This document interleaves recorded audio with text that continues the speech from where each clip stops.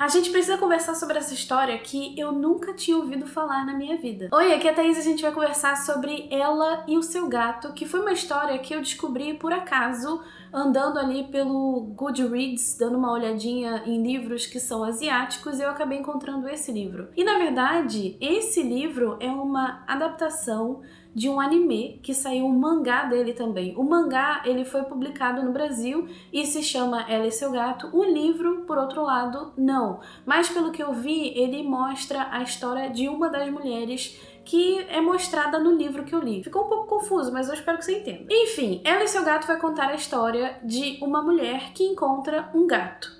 E ao longo desse livro, na verdade, a gente tem 4 histórias e no mangá eu vi que a gente só tem uma, mas ainda assim, aparentemente, traz toda essa emoção e essa coisa toda de encontrar um bichinho, né, de adotar um bichinho.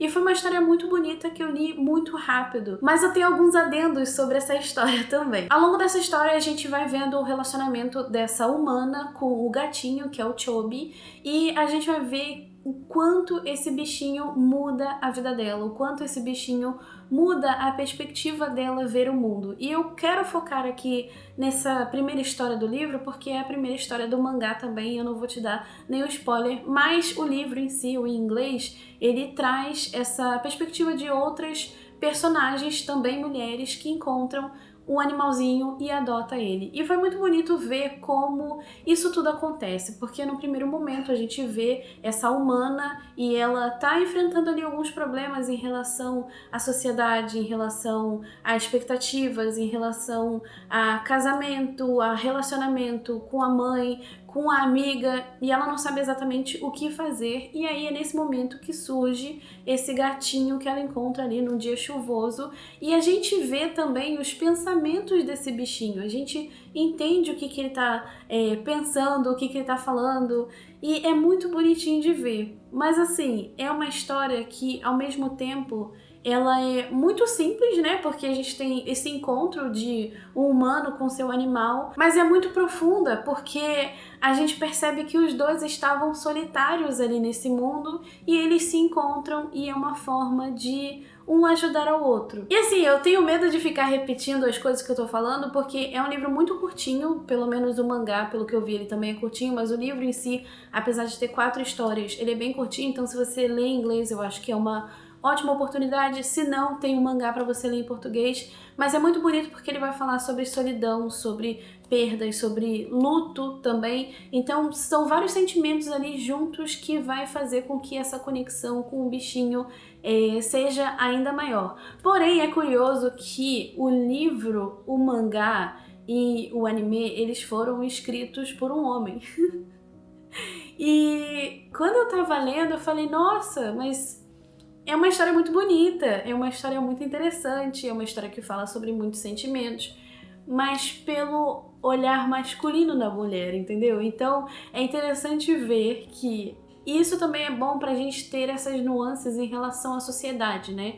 Um homem asiático escrevendo sobre mulheres e a gente percebe todas essas nuances que às vezes falta um pouquinho de profundidade em relação aos sentimentos das personagens, mesmo que sejam histórias bem curtas, a gente consegue se aprofundar nesse sentimento que não seja simplesmente caricato, né?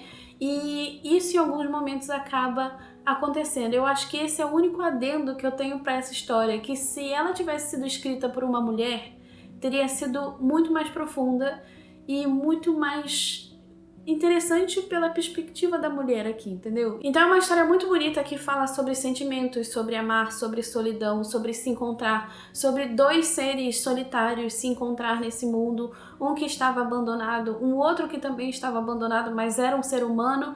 Isso é bonito de se ver, mas eu tenho só esse adendo pra fazer uma leve crítica, não é mesmo? E eu tenho procurado muitos livros assim, que sejam asiáticos e a gente consegue divagar sobre os pensamentos e sobre a vida e sobre o que a gente está vivendo e por que a gente está aqui. Eu tô nessa espiral aí nesses últimos tempos, tá?